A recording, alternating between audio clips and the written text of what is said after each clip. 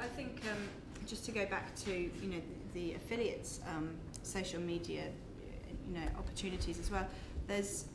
While if there's a specific offer or a specific promotion that we might not be able to have the time to publish on our site. I mean, Catwalk Queen, for example, which is another one of our publications, it has over 100,000 followers on Twitter. So it might be that we might not need to sort of publish it on the blog, but we can easily just do a quick tweet about what you've got going on. And further to that, it doesn't always have to be about pushing product. We're more than happy to put out a story about what you've been up to behind the scenes. It's nice for us to have a mixture of content, and I like to receive all the press releases and things, and I think direct relationship with your press agencies or PR companies is really important, because they're often pushing out press releases and things, but the aggregate sites generally might not get to see what's going on from that perspective. And we're really happy to our sites are, I can't speak for everyone, but we're really happy to push those stories too, and it might not lead to a direct sale right there and then, but later on down the line it might. Yeah, I'd agree with that. I mean, Sheila's, we're very much all about online shopping, and that's sort of what our content is all related to, and the idea is everything's available to buy at the click of a mouse. But definitely, as Jess was saying, if a merchant's been nominated for an award and it's something really exciting that they're proud of, that's the kind of thing that, it may not be quite so relevant to put on the main site, but via Twitter or Facebook, we can definitely sort of talk about it and make a bit of noise for them. Of course, yeah. So it's about using things that are happening in the business offline and taking them online and making the consumer aware of that in order to get some traffic through to the site. Good, I would agree, yeah. I'm just curious, and it's obviously from the agency point of view, merchant point of view, how many people are kind of using video? My wardrobe, we use quite a lot of video because we have a whole department called My TV. So at My TV we come up with a lot of different videos every week, which can either be interviews with our designers, with people that we stock, brands.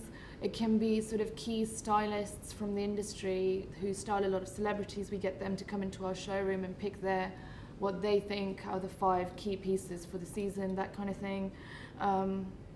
If there's a new trend, how to wear it, so sort of educational kind of thing. How do I wear this season? So we do a lot of video content, and our video content on the site you can click through to buy from the video itself. But we also use that video content on our Facebook, so it's kind of another way of reaching out there. We make it available to anyone who would like to use it. And we also work with key bloggers who come in as well, and who want to interview our buyers, who want to interview our CEO, that kind of thing. So it's a great interactive way, because we're online and you're always emailing people, but you never really see them and you never hear their voice. And video kind of helps you put a face to the name, so people seem to really like it. It's quite engaging, it keeps people on your site longer. Do you get good return from it in terms of actual numbers? I think before we had the actual click to buy, we didn't really have those stats, we didn't really know. So it was more of a added value to the user rather than an actual converting channel. Whereas now with the actual click through to buy, especially the educational videos, if there's a new piece or a new style, people look at it and go, that looks great, but I wouldn't know how to wear it. But then you show them how it's done and they go, oh great, yeah, I do want that, I could wear that. And then they click through and actually buy it. I mean, can you say which service provider you use in terms of the technology, because there's lots out there? And I don't know that off the top of my head, but I can find out and let you know. Donna Ida just invested in a YouTube channel as well, and we haven't really kind of put our full effort into it yet, and we're nowhere near what you're doing, the amount of content you put on. But we've got, a few things. It's a good thing. It's a good thing. We've got a video of Donna dressing the Grazia team and styling them, and then there's some behind the scenes from our autumn winter shoot. So things like that, and I think again, like mixing the content, like you're saying, not always a hard sell. We don't have a click through yet. Have to work on that. But yeah, just trying to really cover all the medias, I think, is really important nowadays. You can't kind of just work off your shop window anymore. I think kind of you do have video content and you can do the click-through at sort of cost-effective way. It's a bit of a no-brainer, and you know, for me, I mean, I'm curious as well in terms of what the agencies do as well on that front when they're talking to clients about social media. I mean, you guys want to contribute? In our experience, I found it quite difficult to get buy-in from a lot of the clients who tend to be merchants, because they can spend a few grand on putting some videos together or into their social media, and then there's a bit of a sort of ambiguous return, and it might be a return over 6 to 9 months or whatever it is. Whereas they can invest that straight into SEO or pay-per-click or whatever it is, and they can see a direct impact on sales going up, and that's generally what they like to see. So we've found it quite difficult to kind of sell that into them as a service, personally. So I'd agree with that. Yeah, your money could be better spent elsewhere for more immediate effect. Yeah, definitely. SEO being one of them, obviously, but yeah. That's the trackability. I think video is more of a brand experience, for especially more for the sort of high-end brands.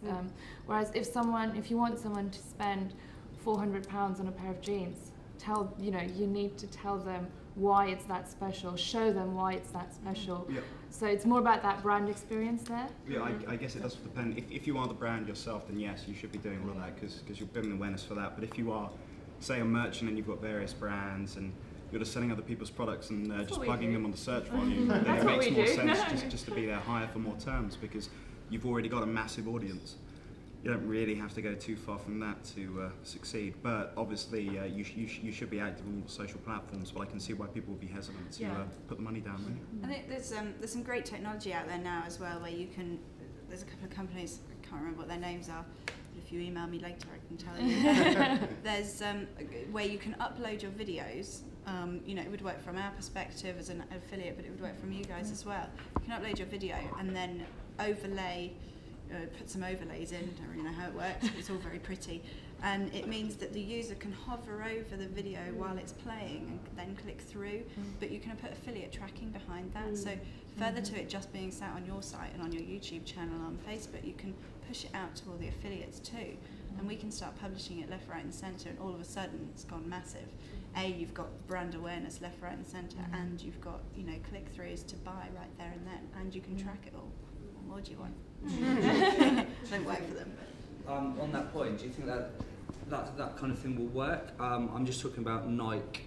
One of my old clients, they released those videos where I think it was Cristiano Ronaldo was at the man. You might have seen it. It was one of the Nike adverts, but anyway, he's in the.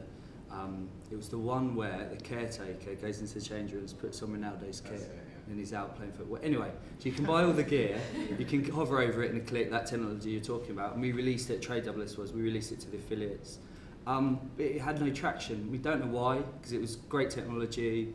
Affiliates put it up around, but it seemed like people were viewing the videos and just taking it in and were like, wow, that's the new advert I've just seen on TV.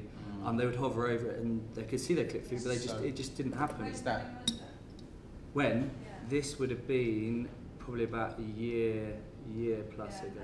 Is the consumer now more aware that they can click on a video? The video has moved on a ridiculous amount in the last year, and it's kind of moved on from the whole just want to watch a really stupid viral video to actually I can learn something about this, and this is the way shopping's moving. And for example, we're working on a couple of things at the moment where we're looking to produce, I shouldn't be saying this, but never mind, looking to produce kind of like TV series online and host it online, and have click-throughs to buy all the way through. So it's a lot more. I think Trini and Susanna did something recently as well, a similar thing, where it's more about the reader spending all their time online and less time watching TV almost, and it's kind of taking that advert out of the normal realms of being an advert and being an ad campaign and being much more interactive. And I think the user has moved on in the last year or so. Shopping channels are back in fashion, just online. Yeah, it's getting that way. Less dull. I would say, don't make